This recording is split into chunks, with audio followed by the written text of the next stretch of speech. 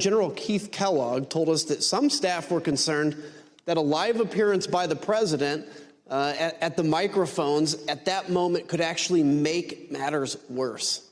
He told us he recommended against doing a press conference because during his 4 years in the Trump administration, quote, there wasn't a single clean press conference we had. That was former January 6th Select Committee member Adam Kinzinger last year, recounting how General Keith Kellogg, who served as the national security advisor to former Vice President Mike Pence, worried that Trump would be unable to keep the peace in the chaotic aftermath of January 6th. Okay, so flash forward to today. Kellogg has formally endorsed former President Donald Trump for the GOP nomination, a race that his former boss is, also in. Kellogg writes in part in his endorsement, quote, President Trump stands apart as a figure of unwavering determination, a deep vision for America, and the courage to take a stand where others wilt. Not exactly what he told the committee, and now we're learning not what he also said on January 6th, when he urged Pence to reject Trump's plan to overturn the election. Here's Pence aide Mark Short last night with what he says are the receipts. This is an email that I got from Keith on January 6th and the evening of January 6th, in which he said, the president is up in the residence. I recommend you stay on the Hill and finish the Electoral College issue tonight. I responded, that's our plan.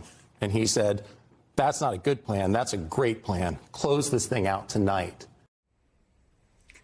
I am back with Rick. He knew, and I don't know whether then you call this hypocrisy, cowardice, self-preservation to choose to endorse Trump despite all of those receipts.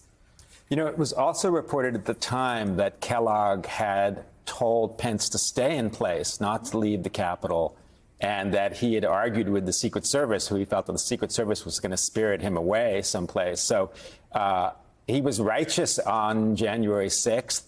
There were a lot of people who were righteous on January 6th. No, that's true. And so what I don't understand is if you put country over party and the Constitution over victory, why you wouldn't continue to be that case. I mean, you'd have to ask him, why are you supporting Donald Trump after you basically saw that he was committing fraud against the American public and trying to overturn the election? That should be disqualifying, I think. He told you it's that unwavering determination and deep vision for America that I am still waiting to see. Here's more of what Kellogg had to say about Mike Pence in his endorsement of Trump.